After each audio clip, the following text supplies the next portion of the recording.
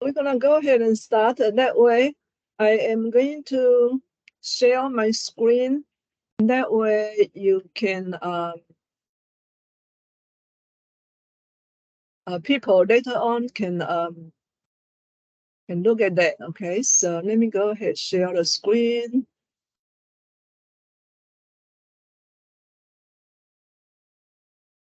All right, can you all see my screen now? Yes. Okay, all right, good. So my name is Yanjun Abram, and I'll be with you this semester. I have been teaching statistics for quite a while. So, especially the weekend class, I was the one at the very beginning to teach the weekend class. At the beginning, we all go to the Trinity, River Center and then meet once a week. And then after that, we kind of transfer to the online meeting. And it turned out like an online meeting even more popular because, people don't have to rush for the traffic that way. So that's why we continue this one online. All right. So, and I also teach college algebra, contemporary math, business math, all the way to calculus. So I do teach all kinds of different subjects, but I usually tell students, say, hey, statistics is my favorite subject. The reason I say that because I also work in a statistical research office for 10 years. Okay, so I really use statistics in everyday's life. So, when we do the concept calculation or something, I will usually include some of a lot of real life examples. So that is the good thing. So that's why I always say statistics is my favorite subject, right? Okay, so let's go ahead and look at the syllabus very quick. Everyone should be able to log into Canvas, right? Canvas.tccd.edu. If you cannot log into Canvas, you have to call the college technical support, okay? Because I cannot get you logged in. But after you log in, you will be able to see the MindLab and Mastering in here. Okay, click the MindLab and Mastering. This is the one you will be able to access to the homework assignment. All right. You want to open the MindLab and Mastering. And once you open this one, it usually giving you the two options, one option or three options, basically. It will telling you, input the purchase code, or you can use the free, you can use the free pass for like, I think usually it's 2 weeks, okay? But you need to pay for that in 2 weeks. And then another option here is you can have a 18 weeks access purchase that one directly from Pearson, because this course is not a TCC plus course. That means when you pay tuition for this course, you don't pay for the MindLab access that way. Okay, so I think it usually costs like a 60 or 70 or $80 for the 18 weeks access. You do not need a full year; you just need a one semester. That is enough. All right. So, any question about this one, MindLab and Mastering? If you open this one, if you do not have a Pearson account, you're gonna need to create a Pearson account first, okay? And then you can go through the link in here. You do not need a course ID to enroll in this course. As long as you come here for the Canvas, you open from here, you do not need a course ID, all right? So that way, if you go through the Canvas, your grade will show on Canvas that way. So we prefer that one. So now you can come to after you set up the account, you can come to the assignment, and then you will be able to look at the assignment. You can even open the homework from here. Okay. You can actually open the homework from here, but you have to go through the Pearson MindLab and Mastering assignment first. All right. So those are the questions. You can do the question directly from here. But I usually, like to open a Pearson account so that way you can see the whole thing, right?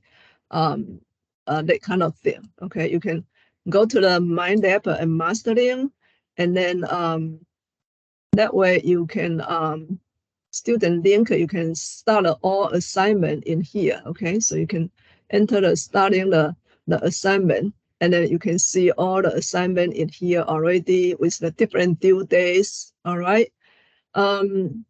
That is the quick and easy way to access. Okay. Any questions about the course access? So I don't know if you're gonna. Hi, I'm sorry. This is Ana Cajiga. I don't know if you're gonna get to it later, but I purchased the book, but I haven't been able to access it. It requested me for a code ID or a link from my professor. no, that's why what I said is you need to log into Canvas in here and then open from here. You do not need a course ID. You do not need any link from me.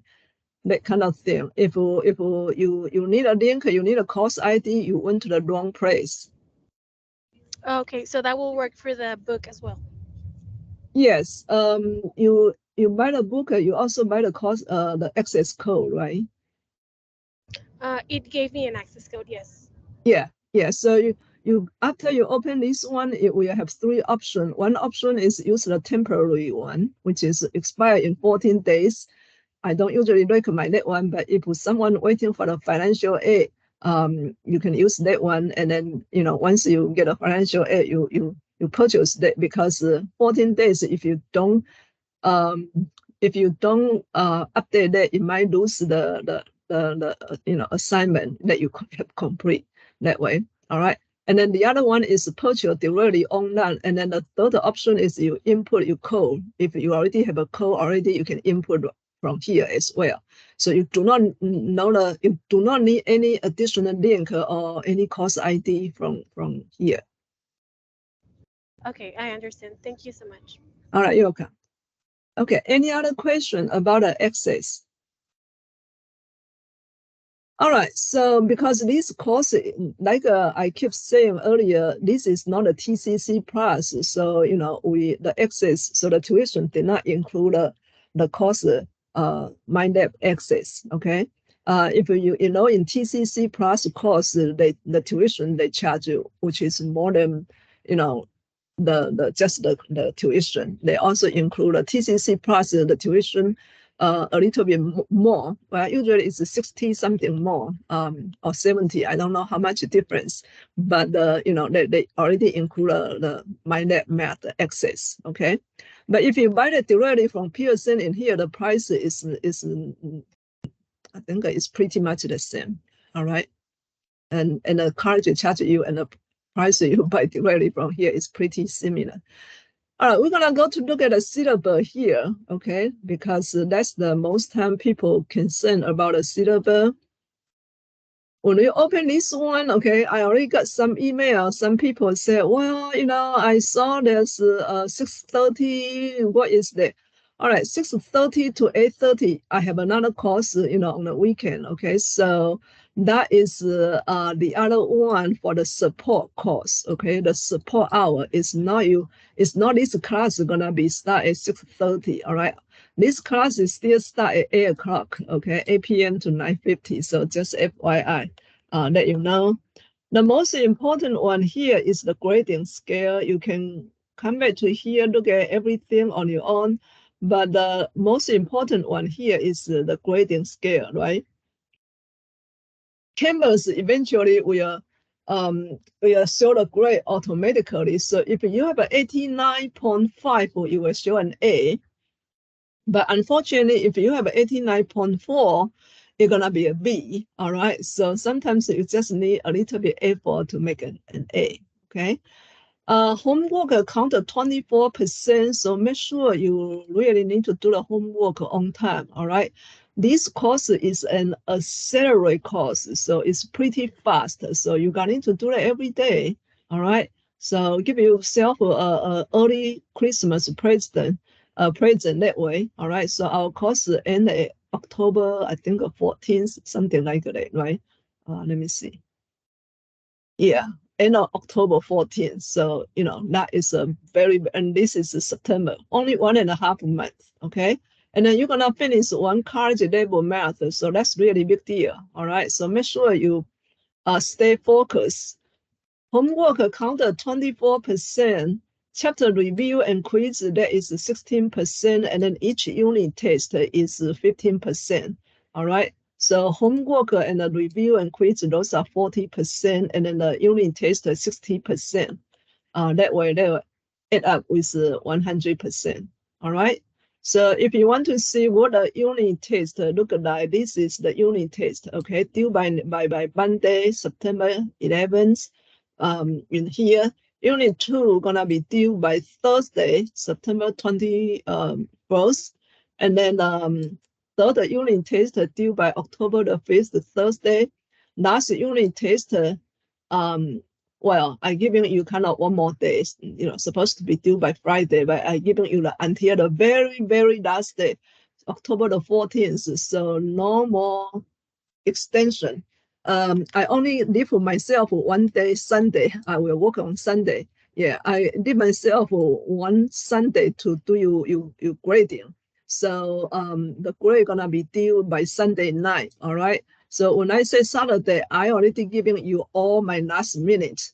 That way, supposed to be finished by Friday the 13th, but I giving you one more day. So absolutely normal. Extension for that, okay? Unless you have a medical emergency. If you have a medical emergency, want to extend the past this day, I cannot approve. You have to go to the dean. And then dean cannot really approve. Finally, I have to go through all the way to the VP, okay? So it's very, very complicated. Have to approve by so many people, very, very complicated procedure, that kind of thing. And you also have to have a document, because if you don't have a document, it will be really hard to approve, all right? So I really, if you have anything happen during the semester, talk to me. I will be more flexible during the semester, but not by the end of semester. By the end of the semester is out of my control, okay?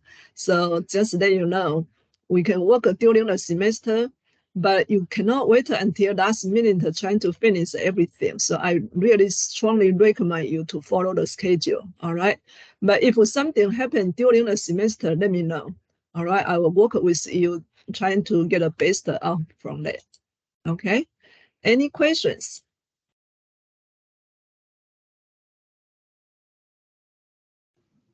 Yeah, I had a question.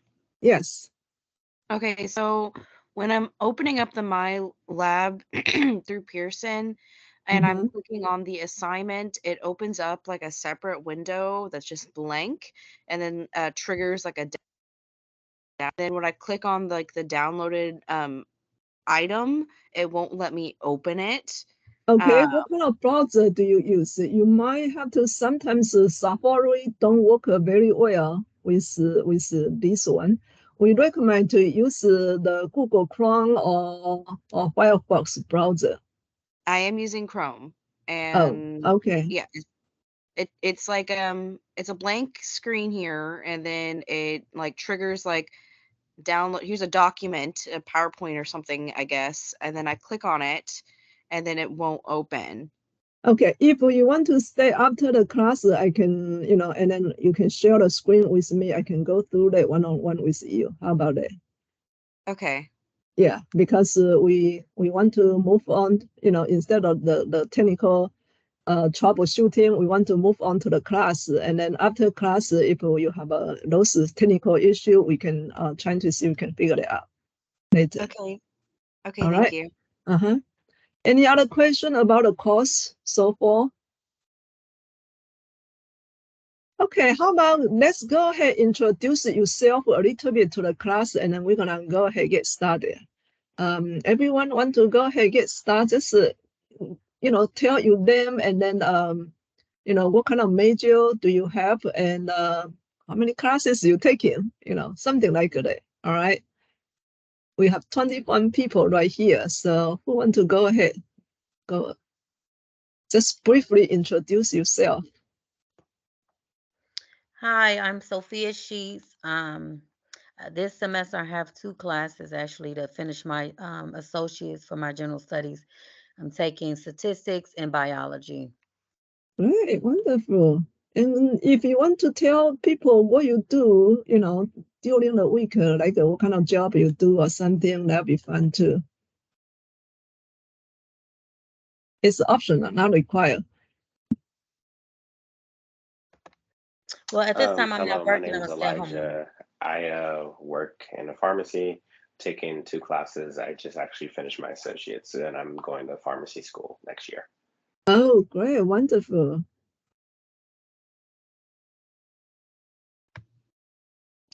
Hi, my name's Melissa. I'm a stay-at-home mom.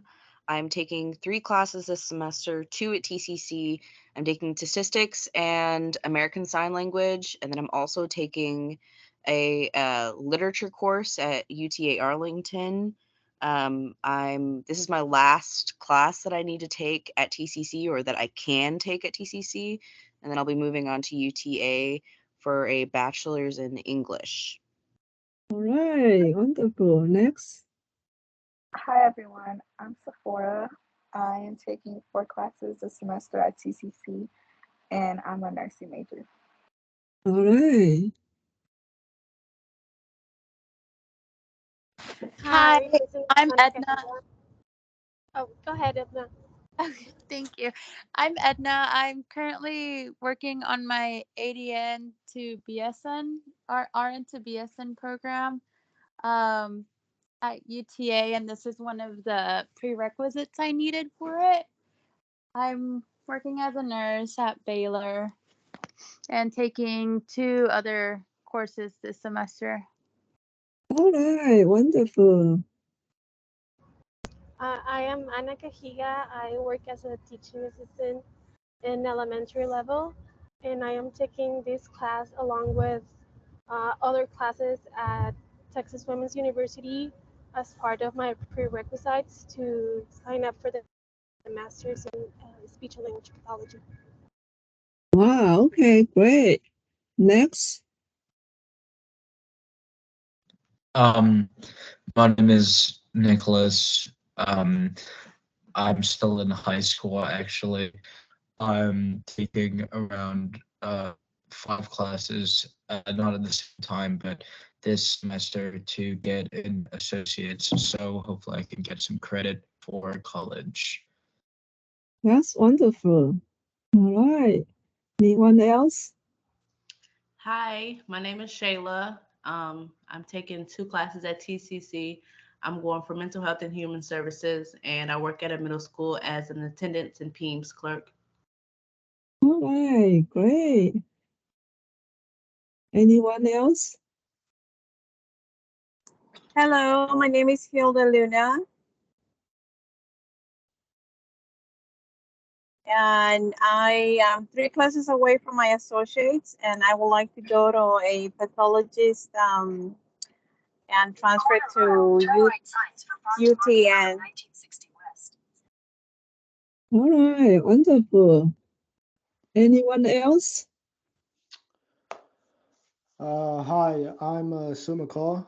I'm currently taking 3 classes at TCC, but I'm using these credits to transfer over. I am majoring in biology pre-med over at Abilene Christian University. All right, wonderful. Anyone else? Hi, my name is Tina. This is the only class I'm taking this semester, but I'm just wrapping up my prereqs for med school, and I work in the ER at Harris. All right. That's great. Anyone else?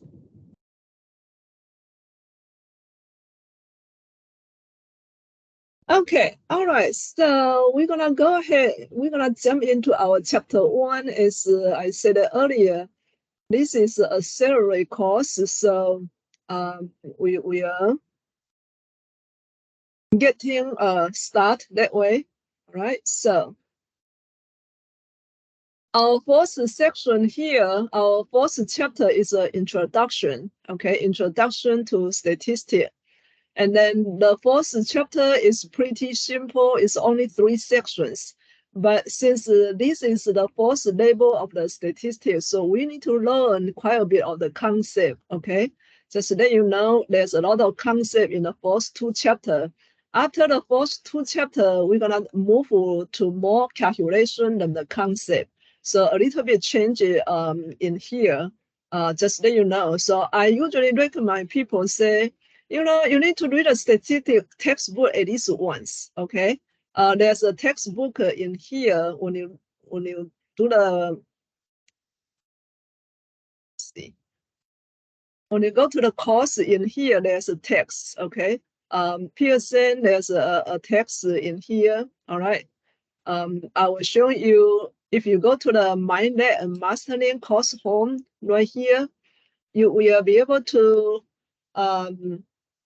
you know, look at the assignment, and then okay, you're gonna have an assignment. You also have an e-text right here, okay? So when you click on this e-text and then you click again, this will open up the whole text. So I really recommend people read the e-text at least once, all right?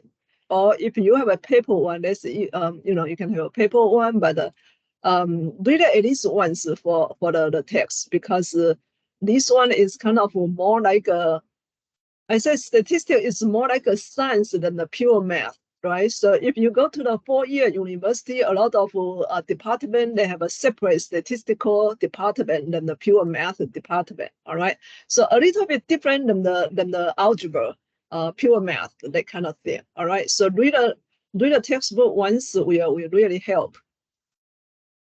All right, so we need to know what is a statistic, right? And then we have to know the concept already, as I mentioned earlier. We need to know what is population, what is sample, what is descriptive, and what is inferential statistic. All right, so those are the concepts we need to know. So first, what is a data? All right. The data consists of information coming from observation, count, measurement, or response, right? So what is data? Like I said, how many students in our class? Well, that is a data already, okay? So, you know, data can be all kinds of different data, all right? According to the survey, more than 7 in 10 Americans say a nursing career is a prestigious occupation, okay? So now we said 7 out of the 10, right? 7 out of 10, we can calculate is 0.07 or 70%, all right? So those are the data, okay? So data can be, you know, contain the information from any kind of resource, basically. Can be from the survey, can be from the response, measurement, count, those kind of things, all right? Okay, so statistics is a science of collecting, organizing, analyzing, and interpreting data in order to make a decision, all right? So statistics basically involved in a lot of data. And because the data is so huge, sometimes, especially when I work in a research office, right? And the data is so huge that we cannot do that manually. So we usually using a statistical software. So those are the 2 software we usually use. Use SAS or SPSS, which is an IBM product now. Or sometimes in you know, some of the grade school, they're using R. R is an open source software, okay?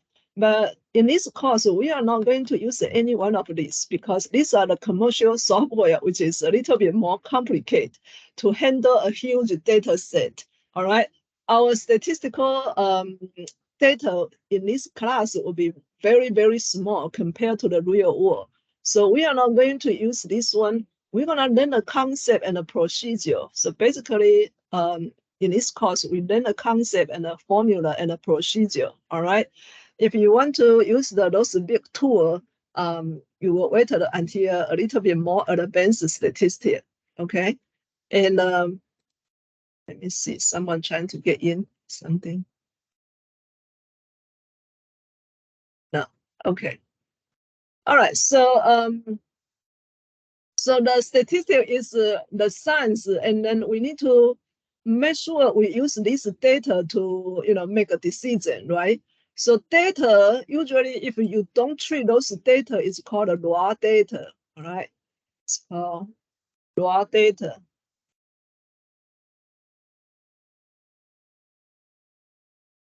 All right, so what is the raw data? Raw data is also called a false hand data.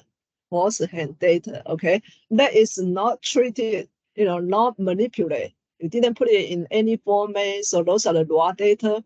Raw data usually didn't tell you much of the information, so that's why you have a statistician trying to organize those data, and then you need to analyze, right? And then you need to be able to interpret those data in order to make a conclusion or make a meaningful information, to provide those statistical data. All right. So that is the whole statistic about. And you can see the statistic basically used in everyday's life. Okay. All right, so let's look at what is the data set in here. We have a two data set. One is called a sample, one is called a population. Population is the correction of all outcome, response, measurement, whatever you do that. Everything that are interesting, everyone will be count, right? If you count this population is the number of the people. That means if we say the population of state of Texas, well, now everyone live in Texas will be count. It doesn't matter which city you live in, Fort Worth or Dallas or Arlington, right? All will be count. So those are the population, okay? And then if we say the population of the US, now we have a 50 states.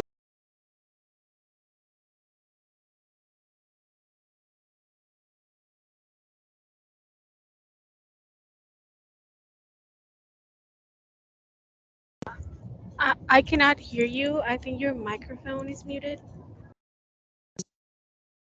Okay, sorry, I don't know what happened. Can you hear me now? Yes. Yeah. Oh, okay, great. So how long did that happen? I heard the population part. Oh, okay. I don't know why. Okay, great. I'm glad you pointed out. So for some reason the software just quick itself. All right. So population is everything, everyone in the area we're talking about. Okay.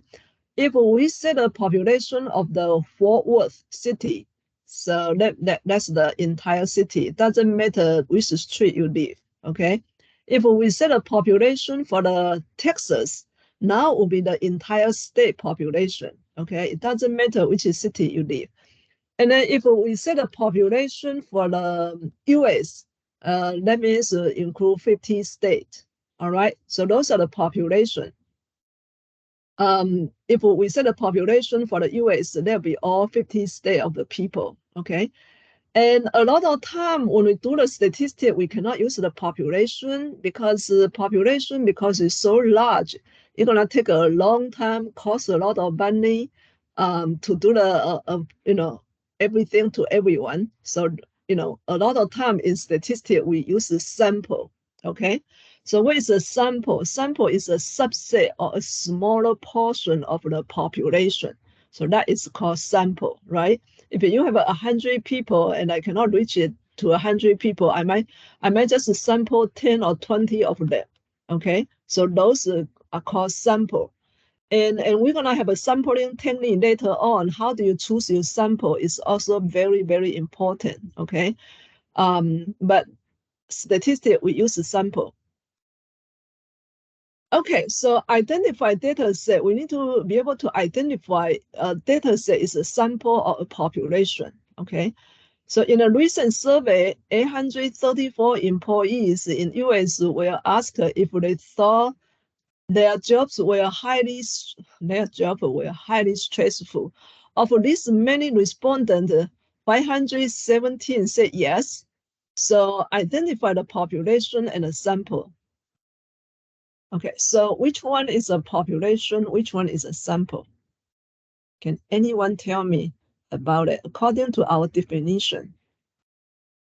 834 is the population and 517 is the sample. Not quite. Another answers? The employees are the population. right? Okay, only look at the fourth I sentence. think Don't look at the outcome. Don't look at the outcome. This the of population this, would be, okay, I'm sorry. yeah, The this is population the would outcome. be the United States. Yes, the population will be the entire US. Recent survey, and then the 834 employees are the what? The Are the sample. sample. The Or the sample. sample. Mm-hmm. Yeah. Okay. So because look at the recent survey, so what kind of survey we conduct? We conduct 834 employees in the US. So the entire US, of course, is more than this many employees. Is that right? So the US population is the US, the entire US here is the population. So we only survey 834 employees. Okay. And what is 517 said yes? This is not a sample of the population. This is a sample outcome. You survey this many people and then this many said yes. So if we calculate this one right here using this yes divided by the total of the respondents, we got about 62%. So that means in US, 62% of the people say their job are stressful, that kind of thing. Okay, so now you have this survey sample, and then this many said yes. So now we have a little bit conclusion, right? So now we can say, yeah, more than half of the people's, employees or workers in US said their job is well stressful, whatever they, that kind of thing. So now we have this conclusion. We have this data to show people say 62%, which is more than a half, right? That kind of thing. Or you can say around like about 6 to 7 people out of the 10, say their job is stressful, that kind of thing. So now we have this information, okay? But if you're trying to survey everyone in US, what happened? Well, it might take you a long time. The only thing US do the population survey is what? Anyone knows that? The government do the survey every 10 years to the entire population. What do they call them? A census. A census? Yes, that's the census. That's exactly right. So if you go to census.gov.gov, not .com, you can pull out all kinds of information. You can see who live in your street.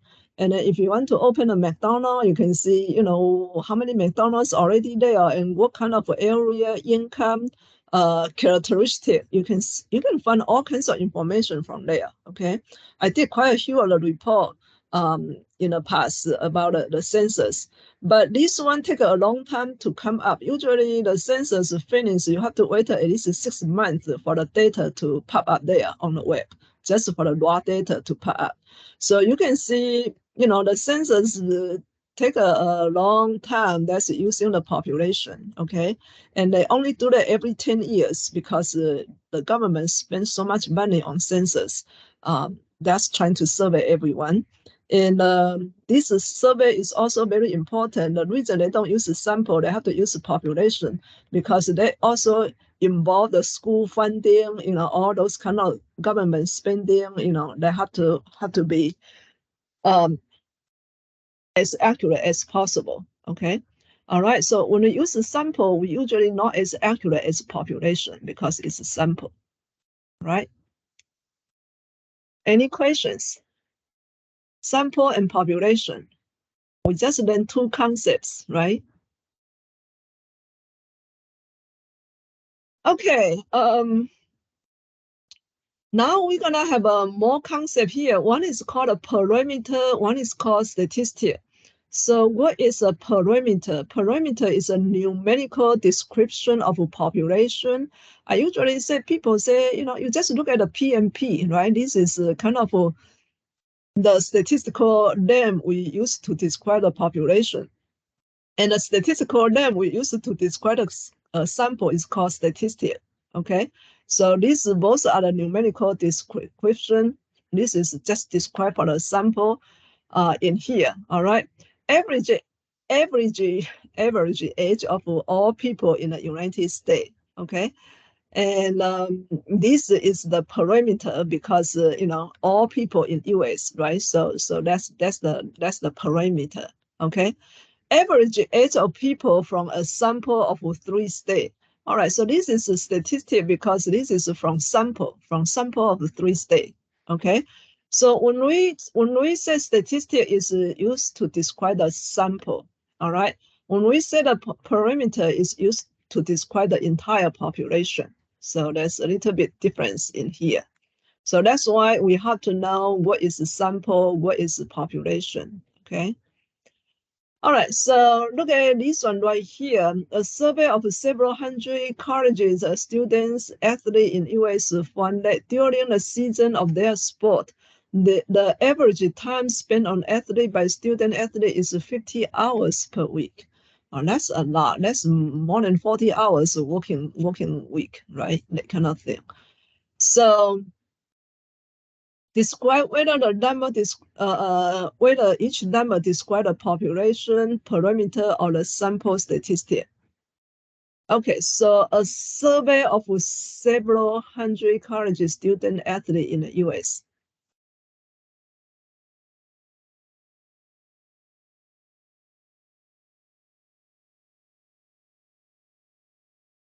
Okay, a survey of several hundred college student athletes. Is this a population or sample? Several hundred of them. This should be the what? A sample? The sample, yeah. Okay, this is just the sample, all right? So this is a sample, okay? This based on a subset of the population, so it's a sample statistic, all right? Okay, the freshman class at the university has an average SAT math score of 514. The freshman class at a university, okay? So this one is said the average SAT score is based on the entire freshman class. So therefore, this one is a population parameter. All right. So when it's a population, it uses the parameter. When it's a sample, it uses the statistic. All right. So the branch of the statistic. Now we talk about the statistic. We also have two different type of the statistic. One is called a descriptive, one is called inferential. Okay, basically descriptive statistic is very easy to do because you just organize, summarize, and display the data. You can use table, you can use a chart, a graph, or whatever to do the descriptive. All right, as long as you have a little bit software, it's very easy to do the descriptive statistic. The other one is called inferential. When you do the inferential, you have to be much more careful because you drop the conclusion about the population, okay? So inferential involved using sample data, okay? Using sample data, trying to draw a conclusion about the population, all right? So if you say these 3 people are all good at math, and you cannot just say, well, my entire population, everyone is good at math. Well, it may or may not true, depends on how you sample your data, okay? So sampling technique also very important. And plus, this sampling size is so small, okay? So you cannot just choose 3 people, say 3 people are so good at math, the entire population, depends on what entire population you're talking about. Maybe entire population of Texas, right, are good at math. That may or may not true, okay? So the inferential statistic, you drop the conclusion about the population. So you have to be very careful. All right. This one is called the inferential statistic. Okay. So you drop the conclusion. Those are the inferential statistic. Okay. So can you tell the difference? Anyone? I've given you a descriptive statistic. Like I say, I have a 40% of people got an A, 30% of people got a B, 10% of people got a C, and so on. What kind of statistic is there? Descriptive?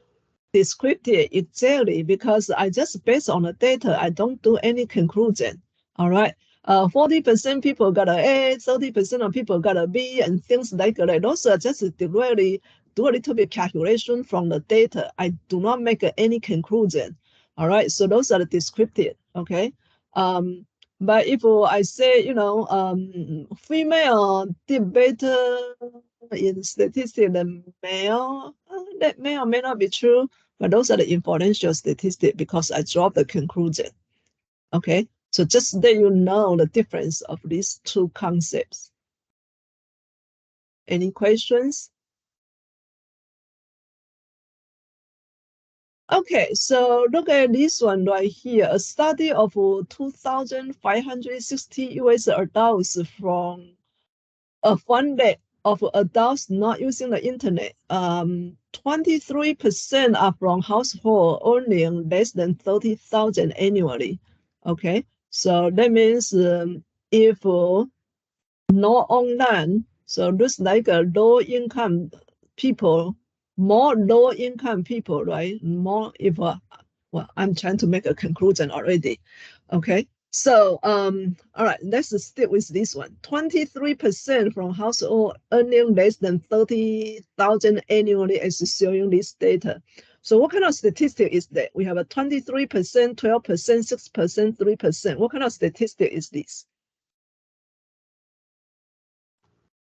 The inferential? No, just this number. Just by this number. Oh, a descriptive?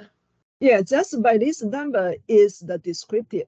23% of less than 30,000, you know, household less than 30,000 income not online. So these are the descriptive. 3%, only 3% of 75,000 or more are not online. So those numbers, those percentages are descriptive. Okay, but if I make a conclusion, I'm trying to make a, because based on this percentage, right? Now I'm going to drop the conclusion, say, you know, low income people have more like more people not online, not using internet. Now this will be the inferential, right? Because I drop the conclusion, say, you know, more like low income people are not online. Okay, so I drop that conclusion. All right, and my conclusion may or may not be true, depends on how well you do the statistic in here. Okay, if we correct all these data are accurate, now my conclusion will be correct. But if someone make a mistake on this descriptive or something, now my conclusion might not be true. Okay, so just kind of let you know the difference of the inferential and the descriptive. And guess what? That is our fourth section. Okay. Any questions? All right. So the fourth section is pretty straightforward. Okay. Let's look at the second section. Is the data classification. All right. So we learn a huge concept. We know the data. We know the sample. We know the population, descriptive, inferential. Okay. Now let's see what is the data classification, because the statistics involved in a lot of data. So we need to know what kind of data we have. All right, so there's called 4 levels of measurement, how to distinguish between qualitative and quantitative data. All right, so qualitative, that means it's kind of category. All right, and then quantitative is kind of like a number. That you can add and subtract. Those are the quantitative, right?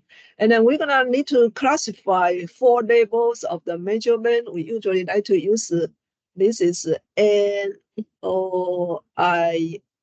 So N is for nominal, O is for ordinal, I is for interval, and then R is for ratio. Okay, we will talk this a little bit later in detail. All right, so what is a qualitative data?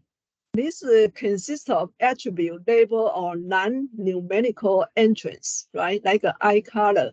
You have a blue eye, you have a brown eye, you know, things like that. So the different color, right? Or sometimes the hair color, place of birth, or state of the birth. You might be born in a city, right? You might be born in Dallas, or you might be born, or you were born in Fort Worth or Arlington, whatever. All right, and the major, right? Everyone, we just talked earlier, everyone has a little bit different major. And you cannot just tell people, say, hey, my major is better than yours. It may or may not true, but if you major in something you do not like, right, that's not a good major for you. Okay, so you need to major in something that can support you, also you like. All right, so you cannot tell other people, say, hey, you need to go to this major or that major. Maybe that person doesn't like that major. All right, so those are the qualitative data. So basically, qualitative data, you cannot use the numerical number to measure them. Okay, or you cannot really tell which one is better than the other. Put it that way. It's just different category. All right, quantitative data, which is very easy to use the numerical number to describe them, right? So if we say the temperature today, well, today, good thing today is not 100 degrees. So if I say today, highest degree today was 98 degrees Fahrenheit, okay? Not Celsius, but Fahrenheit. That means it's hot, but at least we know it's not 100 degrees, but it said next Friday gonna be 101 degrees Fahrenheit. All right, so now you can compare the 98 and 101. Well, we know there's a 3-degree difference, right? So next Friday will be hotter than this Friday. So we can tell the difference already, okay? And then if someone said, well, lower degree gonna be just 80 degrees, I said, wow, that is good, right? 80 is much better than 98 degrees. All right, so we can tell the difference right away, okay? All right, but if some people say this is 32 degrees Fahrenheit, well, now you realize, well, 32 degrees Fahrenheit is a freezing point. Wow, that's too cold. All right, so those kind of things you can using the number directly to calculate. So those are the quantitative data. All right, and also the age. Okay, if someone tell me, say I'm 14, I'm 18, I'm 21, and I know the difference right away, right? So I know. Which one is, how many age difference, how many years difference are there? Okay, so those are the quantitative data. Okay, so let's look at this table in here. We have a model, we have a suggestion retail price. You can see the model here is called what? What kind of data? The qualitative? Yes, so the model here is the qualitative. The price here is the what? Quantitative. Quantitative, because you can use the number to describe. All right, okay, good. All right, so now we're gonna go to the 4 label of the measurement in here. Okay, so as I said earlier, I'm using the NOIR. All right, NOIR in here, NOIR. So we can now the 4th label is called a nominal. Nominal is a qualitative data only. Okay, so the qualitative, non-mathematical computation can be made. So that means you cannot add and subtract, no addition, no add or subtract. Okay, let's see. This one you cannot add or subtract or multiply. Or even if you do that, it doesn't make sense. Okay. All right, so those are just qualitative data. So those are the nominal. So what kind of things are nominal? Like the names, the label, qualifier, okay, birthplace, city name, category, okay, whatever kind of category you have, a major, those are the nominal, okay. And then we have a second one. So basically nominal, you cannot tell people, say which one is better than the other, because everyone has a different preference. Okay, so that's the nominal. Ordinal label of the measurement. So this basically can be qualitative, but can also be quantitative data. All right, so maybe a little bit confused. Is this qualitative? This even is qualitative, but this one, which one is better than the other. All right, So basically, ordinal, you can tell the difference. Sometimes you may not be able to calculate the number, but you can tell the difference. So for example, the grade A, B, C, D, all right, you know A is better than B, B is better than C, right? So if I say what kind of course grade you want to achieve at the end of the semester, of course you will say I want to achieve an A, all right? So we know A is better than B, B is better than C, okay? Even, we don't really discover a lot of detail, but we know A is better. Or same thing, if you go to the Olympic competition, you want to win a gold prize, okay? You know the gold prize is better than silver, and the silver is better than bronze, all right? So we know which one is better, okay? So you don't really have to have a number, but you know which one is better, kind of category. Okay, so fourth prize is better than the second prize, things like that. Fourth is better than second. So you have this kind of a range, kind of like the range. All right, and this range is better than this range, better than that range. Okay, so those can be an ordinary label. All right, this is top 5 TV program. Okay, American Idol on Wednesday was the most popular one. American Idol on Tuesday was the second popular one. And then Dancing with the Star was the third one, and so on. Okay, so even they don't have much of the detail, but we know which one is the top show, which one is the second top show, and so on. All right, so those are the ordinal. Okay, and there's a network affiliated in Pittsburgh, Pennsylvania in here. So you have ABC, NBC, CBS, Fox News, and things like that, right? So those are just the different name of the station. Okay, so those will be called a nominal label. Okay, the nominal.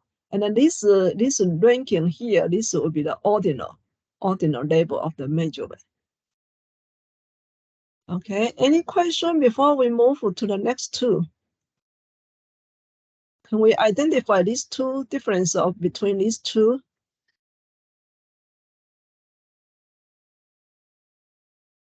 Yes. Okay, all right, good. Okay. The third label of the measurement is called an interval. Okay, NOIR. So we have a NOIR.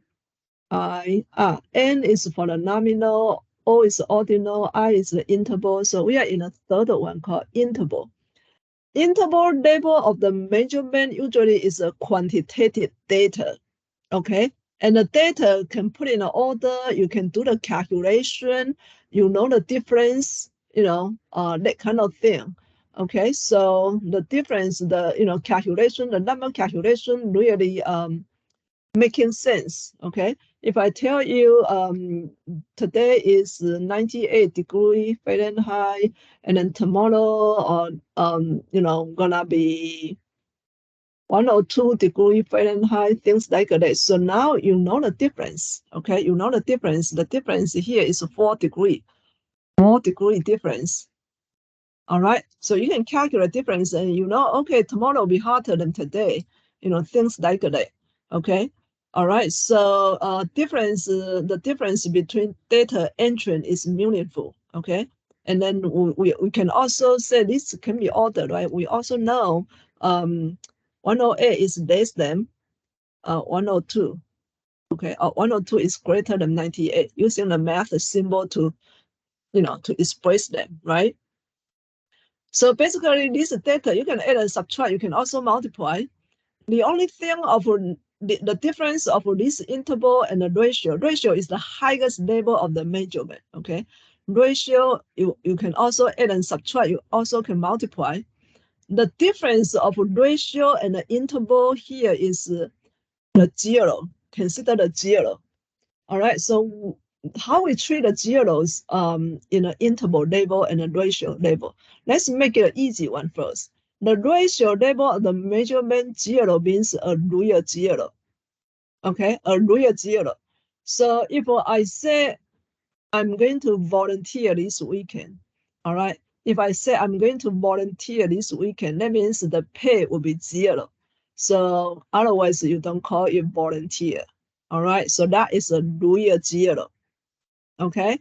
What happened in the interval label? Interval label sometimes also have a 0, but that 0 it just represent a position on a scale. Sometimes we call this is not a real 0 or fake 0. It's just a position on a scale, okay?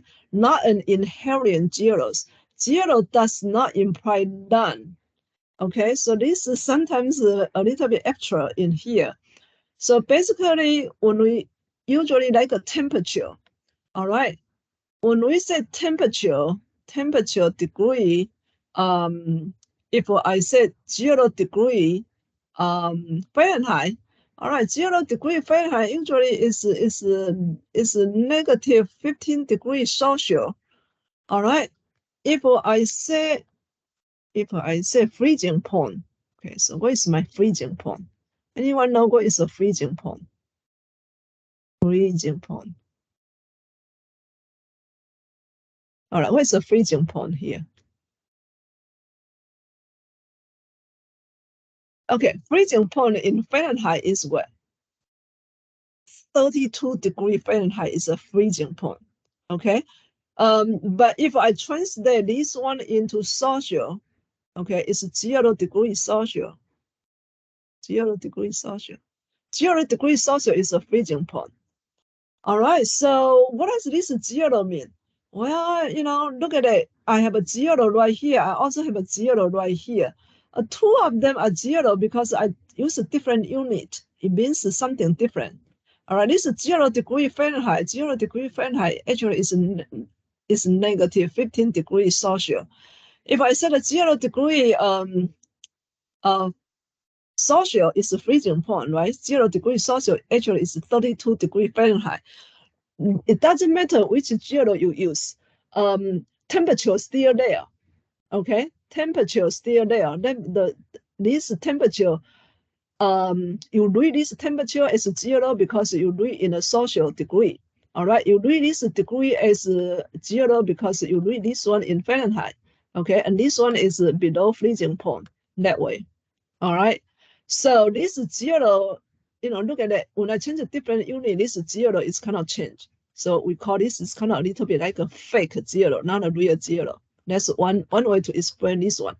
Another way to explain this one here is this 0 means temperature is still there, okay? It's just cold, but temperature did not disappear. Temperature still exists. So this 0 does not imply none, does not imply say, well, there's no temperature there. Yeah, it doesn't matter which 0 you're talking about, temperature is still there. It's just cold, right? 0 degree Fahrenheit, of course, is colder than 0 degrees Celsius in here. Okay. Any questions about this one? This one usually is the most confused one for all these 4 labels. Is there another example to use other than the degree, the Fahrenheit, okay. and the Celsius? All right, okay, I can give you another temperature. Not temperature. Temperature is a typical one. I can give you another what I call the IQ score. Okay, so IQ score. IQ score. This sometimes we use IQ score to measure a person's some kind of ability or intelligence, whatever that way. Okay, so if someone tested on the IQ score test, if you're making 0, do you say this person have no intelligence at all? Can you say that? No. Well, if not, the IQ score will be just a what? An interval label of a measure, but not a ratio label.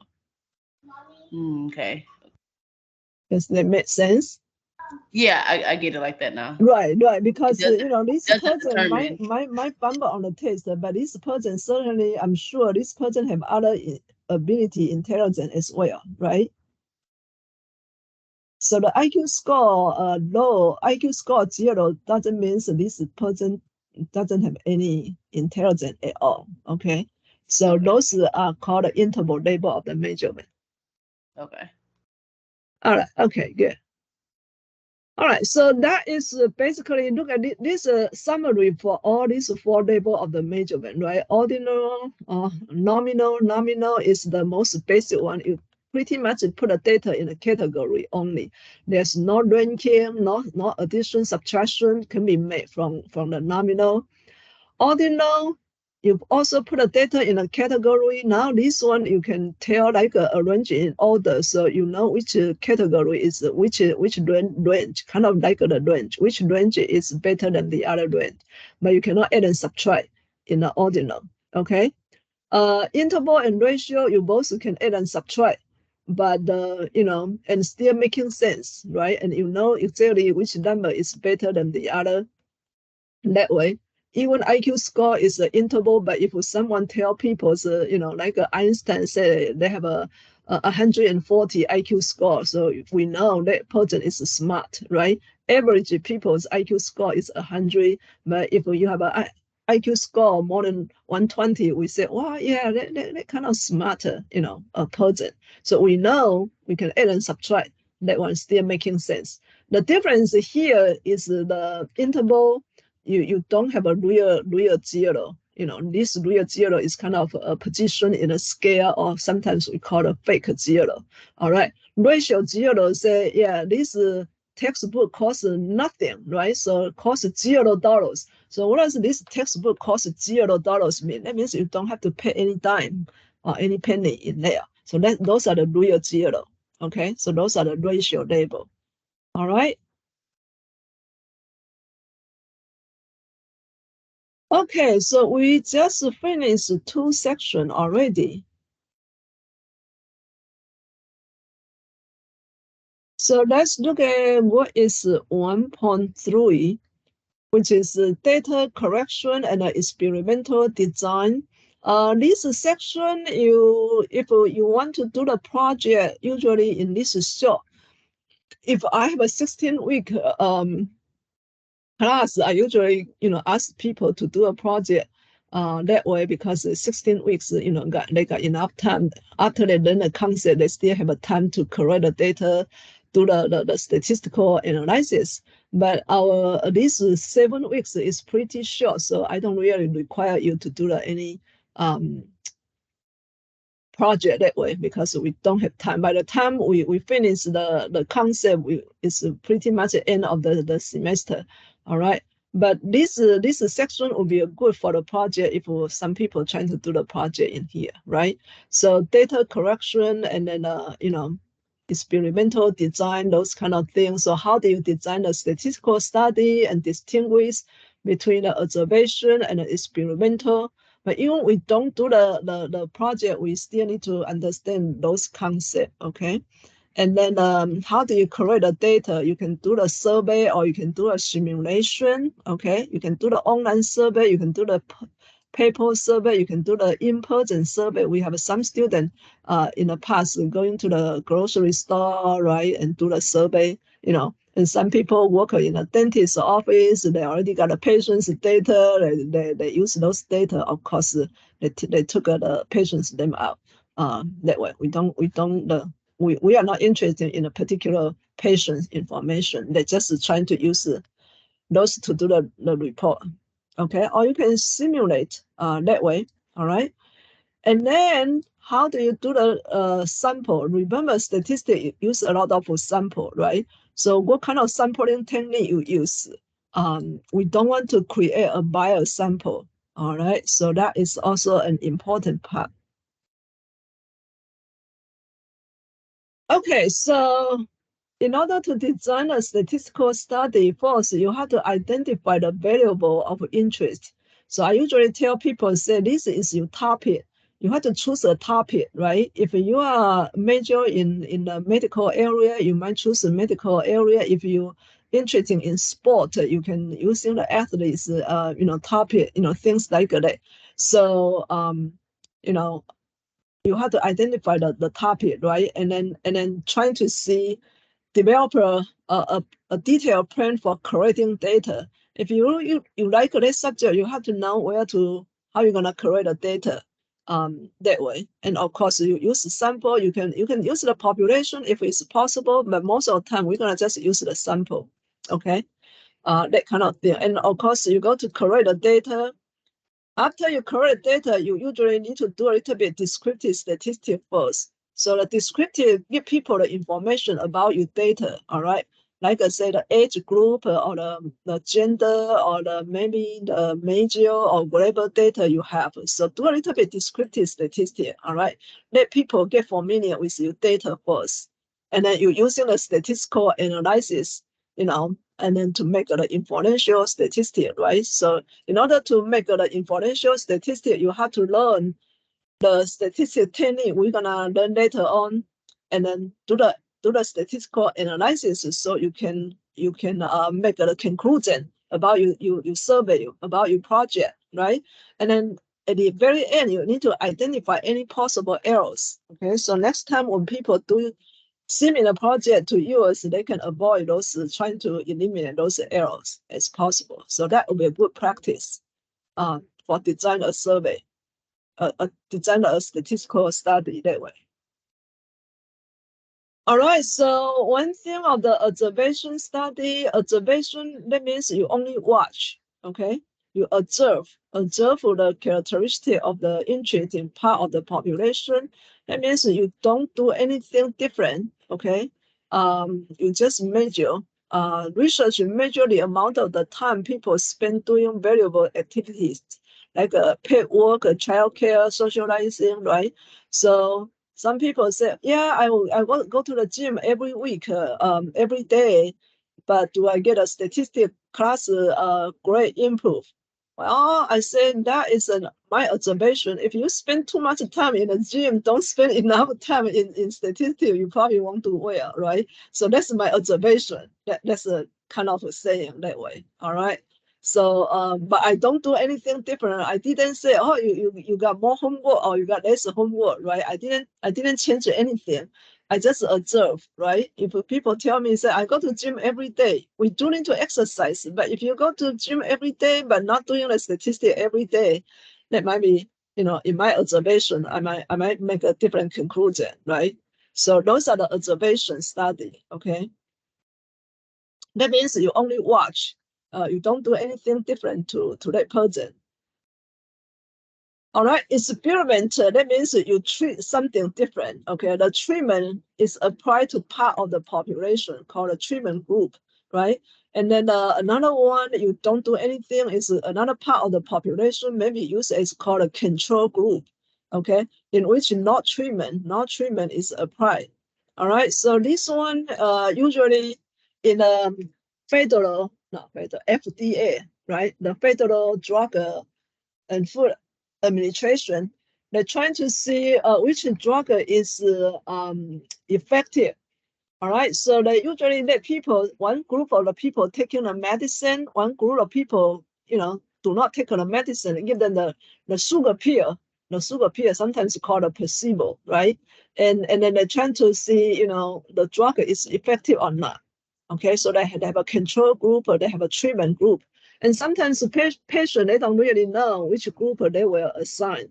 All right. So they're trying to compare these kind of difference and then they're trying to see if a drug is effective or not. All right. So those are the called experiment, okay, because you do something different to the different group. So those are the experiment in here. Okay. All right, there's something called a simulation. Okay, simulation, you can use the mathematical model or using the calculator or software to do the simulation. All right, you can simulate randomly or something like that, so. And then there's another one is you can use a survey. As I mentioned earlier, you can have a paper survey, online survey, in-person survey. Those kind of things, you're gonna correct the data. Okay, those are the data correction in here. Experimental design, if you're trying to do you have you have a control group, you have randomization, you have replication, okay? So you really have to document how you're gonna design your data, because people will look at that data. Will people, if you have an analysis, have a statistical outcome, people will first thing people will look at what are those data come from, right? Is your statistical data reliable or not? If it's not reliable, if your data are not reliable, your survey outcome won't be convincing that way. Okay. All right, another one is called experimental design, is branding. Branding technique, that means the treatment group and the control group, they do not know which group they will assign, right? So those are the branding. Double branding, that means even the daughter, daughter giving the drug, they still didn't, daughter and patient, they both did not know which one is which. So that's double brand.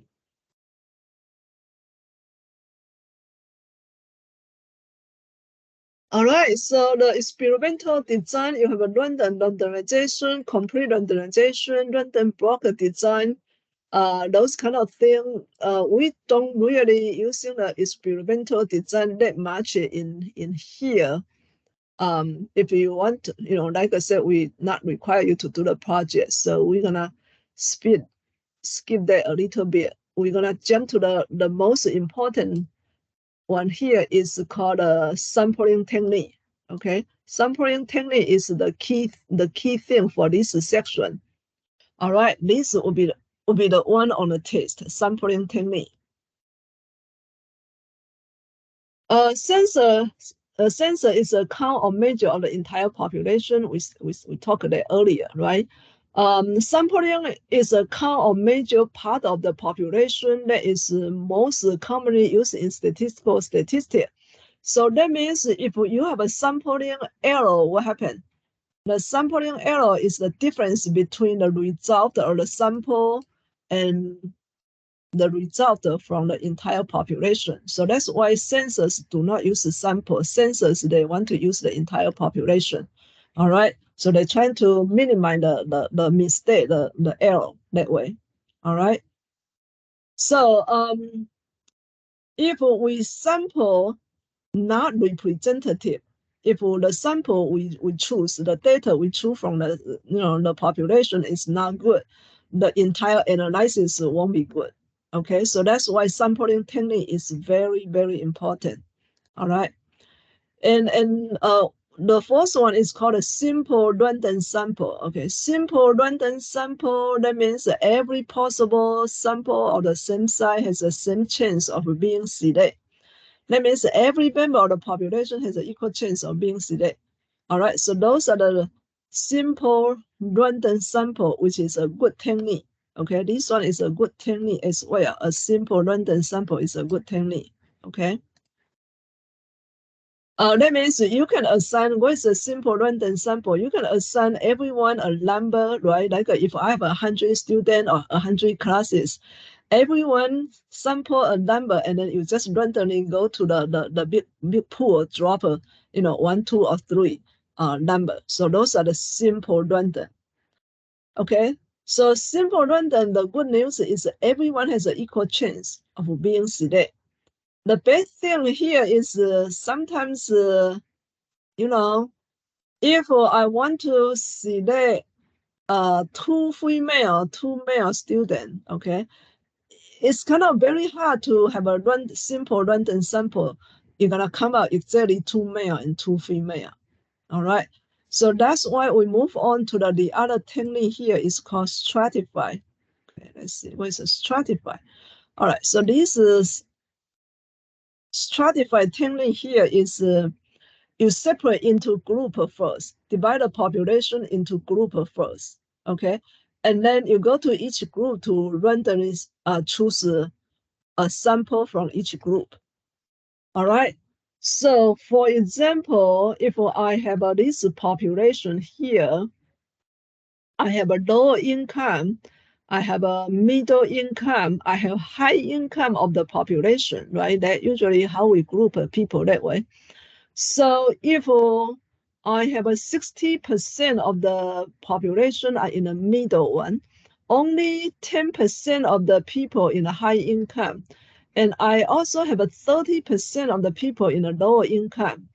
Okay, so if I trying to do a survey, okay, if I trying to do a survey, like I said, I'm going to use 100 sample for the survey. Okay, so if I do the random sample, guess what? I might choose a lot of high income. I might choose like a 50% of the high income because usually high income people, they are more active, they participate in all kinds of activity, right? And these low income people, they usually are kind of, trying to make the end meet. They don't have time to, participate in a lot of activity. So this group of people might be less representative. I might pick like a 50%, might pick 50 survey from here. Okay. And if I do the random sample, that's the disadvantage of random sample. I don't have a control. Okay. If I do the stratify, okay, if I do the stratify, I can do this on purpose. All right. I will allocate my 60% of the survey go to the middle, 30% of the survey go to the lower income, and then only 10% of the survey go to the high income. That way this will be called representative. Representative of what? Of the population. Okay, so my sample data will be very representative to this type of population. So I do not oversample the high income and then there's sample on the low income. All right. So that is the really big advantage of the stratify. So sometimes we call this is proportion, right? If you have this population much bigger, we need to allocate a little bit bigger, allocation to here. All right. So that would be the proportion in here. So stratify technique can do this way. All right, the third method here is called cluster, okay? Cluster is divide the population into group. So the group is kind of one group is one cluster, all right? You separate into different group in here. But once that cluster got selected, the entire members in that cluster gonna participate, all right? So for example, this one economic zone, I put it into zone 1, 2, 3, 4 zones right here. Okay, within this county. And then if I go to randomly pick a zone, so if I randomly pick the zone 1, that means everyone live in zone 1 gonna participate. All right. So that means the cluster we separate into group, just like a stratify. But this one is you pick the whole group. You don't go to the group, pick 1 or 2 or 3. All right. So that will be the cluster method. Okay, the next one is called systematic. Systematic is very easy to do because it's systematic. All right, so kind of like a uniform. Okay, if you choose a starting value at random and then choose every case member of the population. So if I start with this one right here, randomly choose this starting number, right? And then I'm gonna get 8 every 100 households. So if this is number 86 and then add 100, it will be 186, and then add another 100, it will be 286, and add another 100. So I just very systematic, very uniform. Okay, add another 100 and then another 100, and then systematic, all the same, and go all the way down to the end. So those are called systematic. So, but basically, those are all good sampling technique. Depends on different situation. You can choose it differently. All right. The other one is not so good sampling technique is called convenience. Okay, convenience sampling technique is not good because if you have like a border control, right? If you only say, hey, I only work from 9 o'clock to 5 o'clock, I don't work anything after 5 o'clock. So what happened? Those drug dealer, they can smuggling drug after 5 o'clock. All right. So, you know, if we only check the goods, US import a lot of goods from other country, right? And then if I say, I'm gonna just, you know, randomly check the goods we import from 9 to 5, okay? Because I don't work anything past 5. Now those drug dealers, they know the you know, you don't check anything after 5, right? So that they can do something about it. All right. So those are called a convenient sample because convenience to yourself, but not a good for other things. Okay. And or sometimes the convenience only choose the member of the population that's easy to get. All right, easy to get in here. You can just say, hey, I'm doing a project and I'm gonna just survey all my sister, brothers, and that's it. I'm not going outside to survey anyone else. All right, so those are the convenient sample. Convenient sample technique, you have to be very careful because this might not represent the entire population. And then you use this data, you're trying to represent the entire population, right?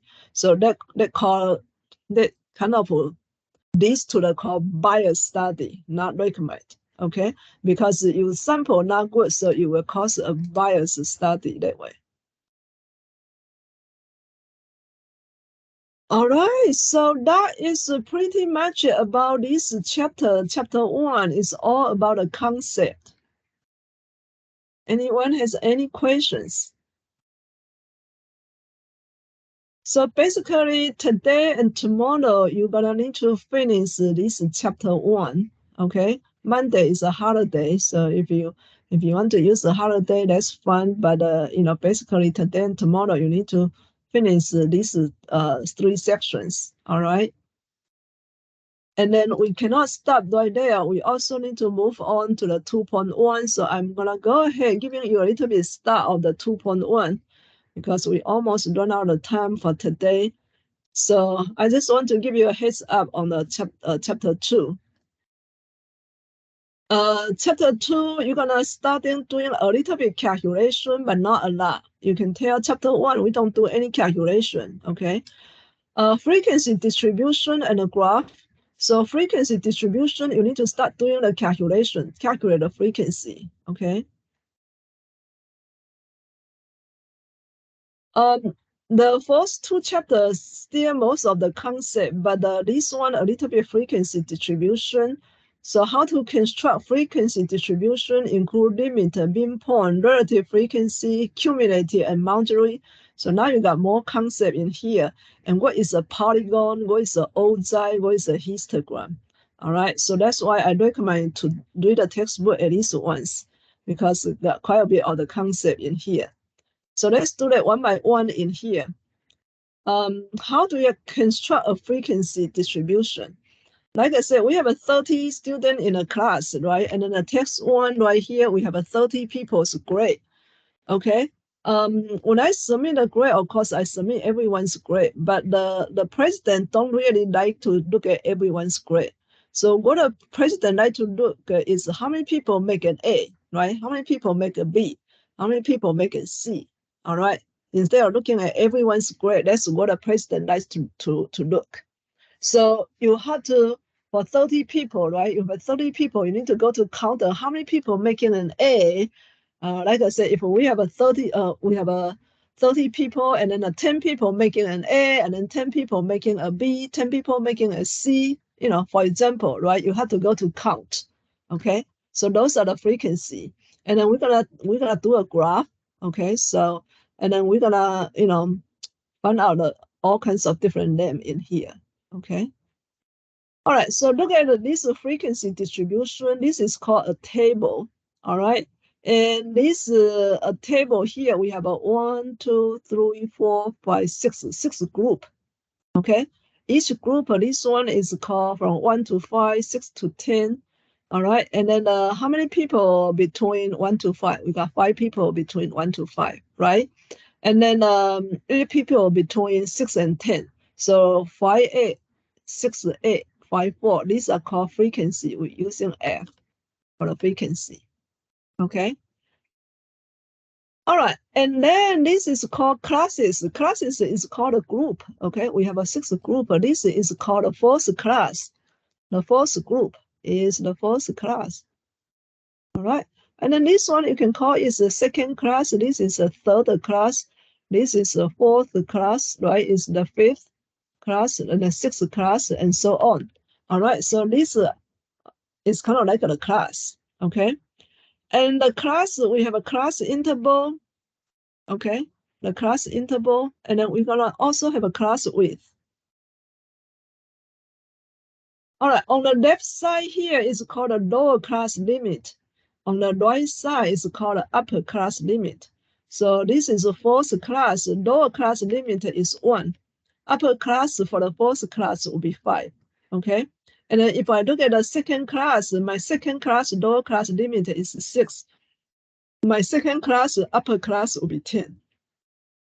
So those are called a class limit. All right, the distance between the class is called a class width. Okay, so look at it. You use 6 minus 1, you got 5. So 5 is the class width. You can also use 10 minus 5. 10 minus 5 is also 5. Using 10 minus 5 is also 5. So you can use the left minus left or right side minus right side. But you have to use the different classes to find out the class width. Okay, if you use 26 minus 21 is also 5, right? You use 25 minus 20 is also 5. So that means one class can only one table. I'm sorry, one table. One table can only have one class width. Okay, one table can only have one class width, and the class width is the same everywhere. All right, it doesn't matter how you do the subtraction; they're always the same. So this table is not a random table; it's a very organized table in here. All right, the difference of the minimum and the maximum is called a range. Okay, so my minimum here is 1, my maximum here is 30. So my range will be 30 minus 1 will be 29.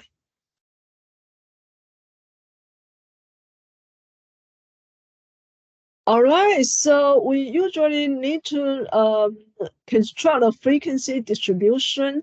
So we usually like to put the classes between 5 and 20. All right, and then you need to be able to find a class width, determine the range, and then divide the range by the number of the classes, run up to the next convenient number. Okay, so this is if we giving you, okay, let's look at this data first. All right, if this is the data, this is 30 US adult. The data out of the pocket prescription medicine expense, right, for 30 US adult in recent year. Okay, so this is apparently this unit will be dollars. All right, so the first person, out of the pocket 200, right, and then we have someone is 400.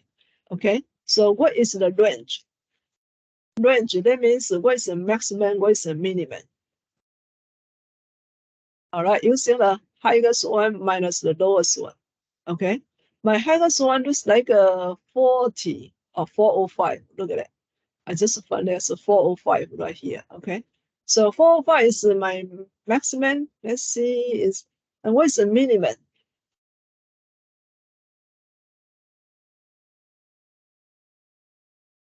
Okay, so far I look at 165. 165 is okay, 165.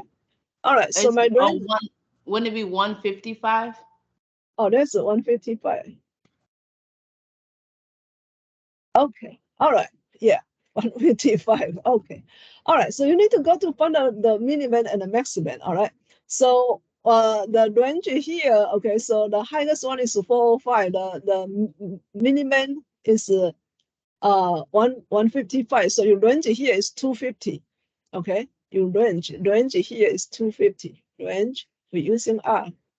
R here is 405 minus 155. So that is 250. Okay, so if this 30 data, we want to give put it into 7 classes. So that means we want to separate this data, this 30 data into 7 groups. Okay, 7 classes is also 7 group.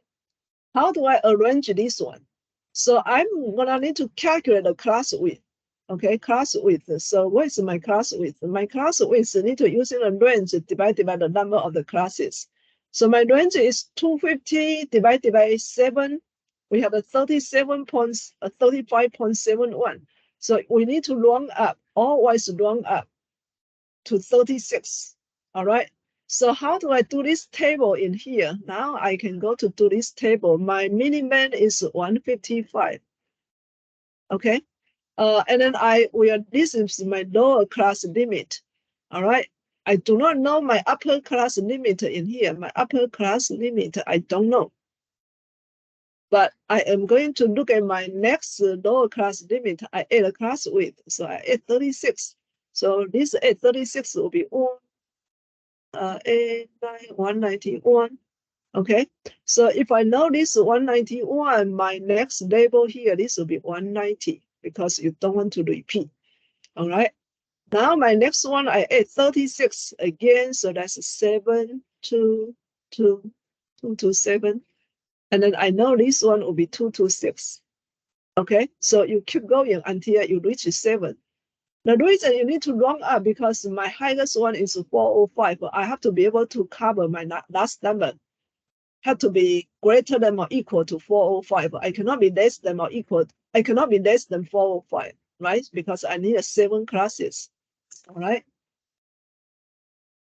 Okay, so that is how you do this one right here. Look at that. Start with 155, and then you add a 36. You got 191. Add a 36. You got 227. All right, so right here, 227, and 227, you add 36 again. So you got this one right here, all the way to here. So the last one right here is 371, okay?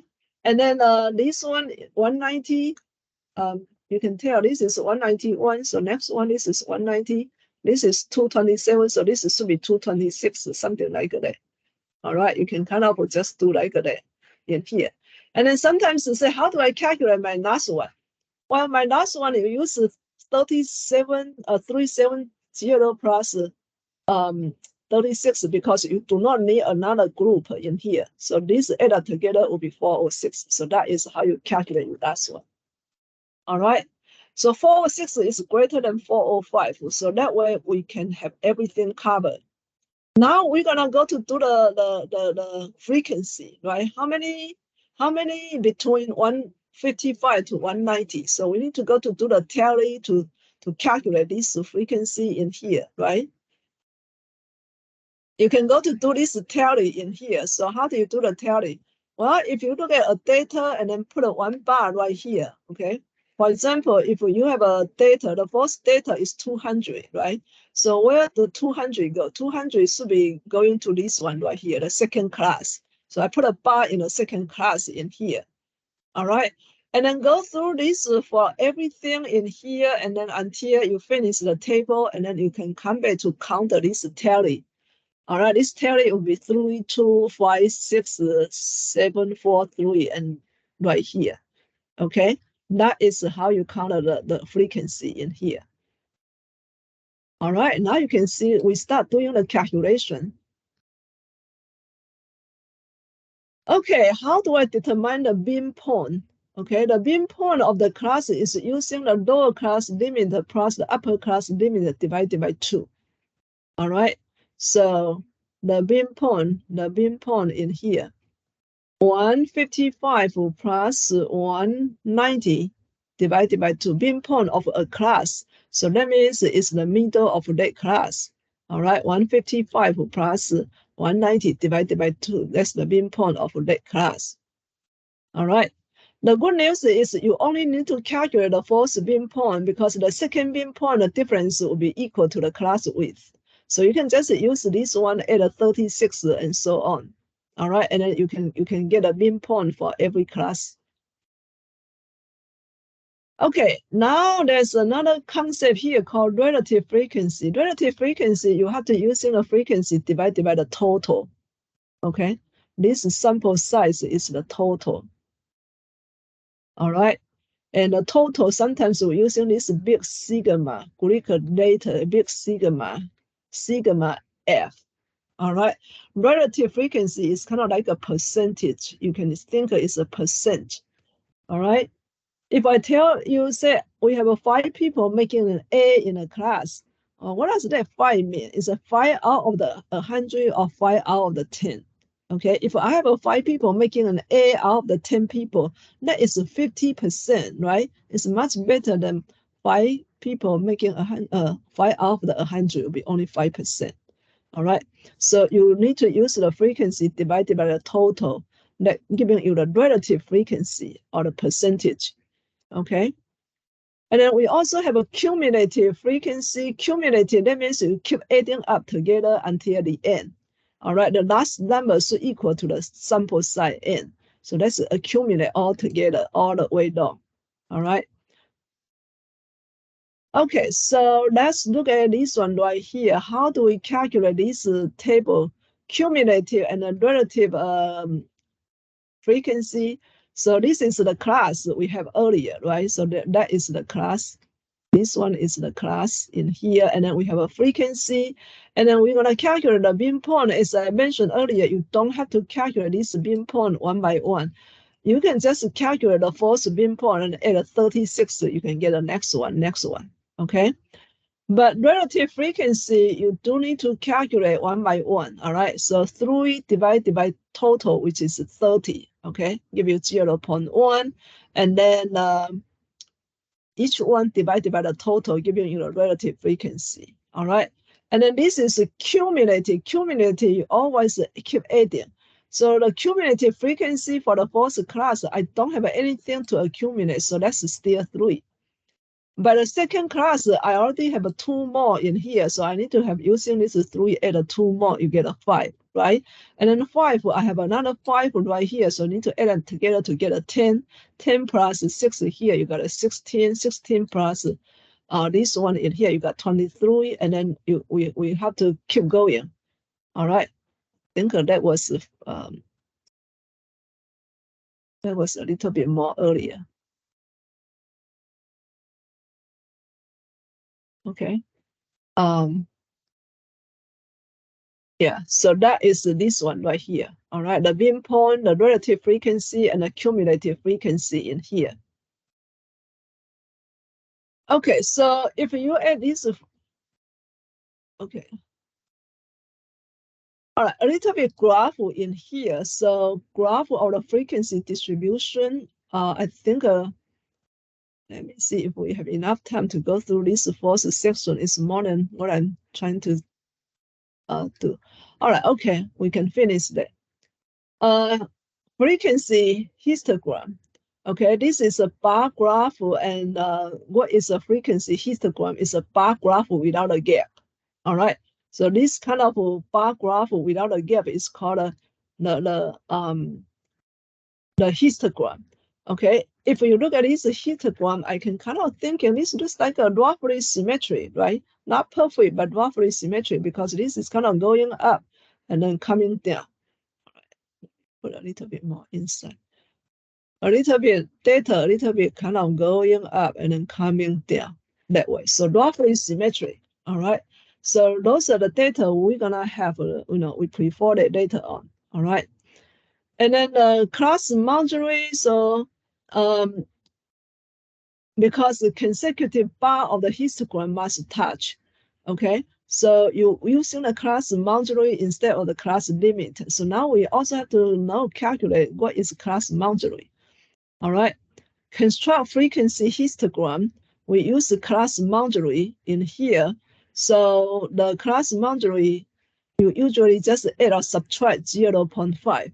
Okay, so let me see. Yeah, add or subtract 0.5. Look at it. The first class boundary on the lower class limit 155, you minus 0.5. So you got a 140, 154.5. Okay. And then on the upper one, you add a 0.5, so you have a 190.5. So now, if you look at this one right here, if you look at this one, these two are the same. These two are the same. These two are the same. Okay. So if you use this one, now you don't have a gap. All right. So the first one right here, okay, 154, and then 190.5, look at it, 190.5, you connect to the second class.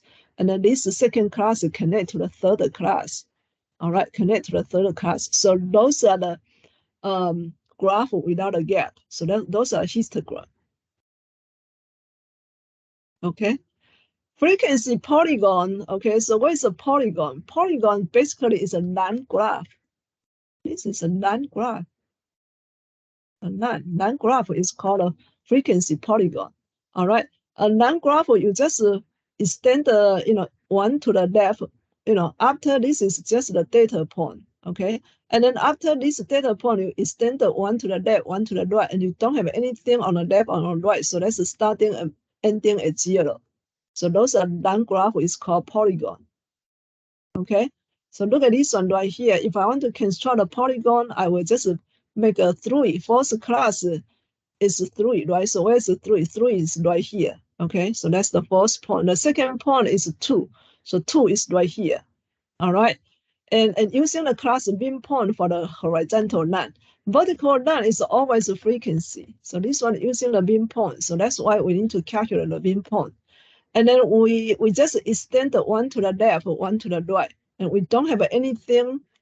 We don't have anything to the left or anything to the right. So that's why it has a 0. Okay. So those are called the polygon. Basically, it's just a line graph. All right, relative frequency histogram. So what is a relative? Relative is a percentage. Okay. So basically, it's the same graph as the frequency. It's just using the percentage for the relative. Usually, graph will look at the same as the frequency histogram. All right. You're just using a different scale on the vertical. That's it. All right. So that is relative frequency histogram. Okay. Basically, they have a same graph. That one. The last one here is called Ozai. Ozai is the cumulative frequency. Okay, this is a cumulative frequency. It's called Ozai. So the Ozai graph is always keep going up or stay the same. It never go down. If we go down, it's a wrong Ozai. All right. So this one is using the upper class boundary. On the horizontal, vertical is always a frequency. Okay, this one is cumulative. And the last number on the Ozai is equal to the total number. All right, so that is all the graph we have for 2.1. As you can tell, we got go through a lot of concept for this, just chapter 2, just 2.1, right? So that's why I really recommend you to read the textbook at least once to go through all these concepts first. A little bit calculation, but not overall, not overfilm of the calculation, but you do have a lot of concept. All right, so that is all we want to talk today. The rest of the time I will reserve for Q&A. Okay, and I'm also gonna stop recording.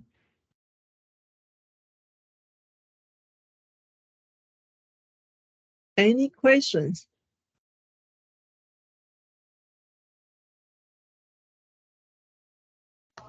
Yes, I have a question. Will your presentation be available for us? The PowerPoint?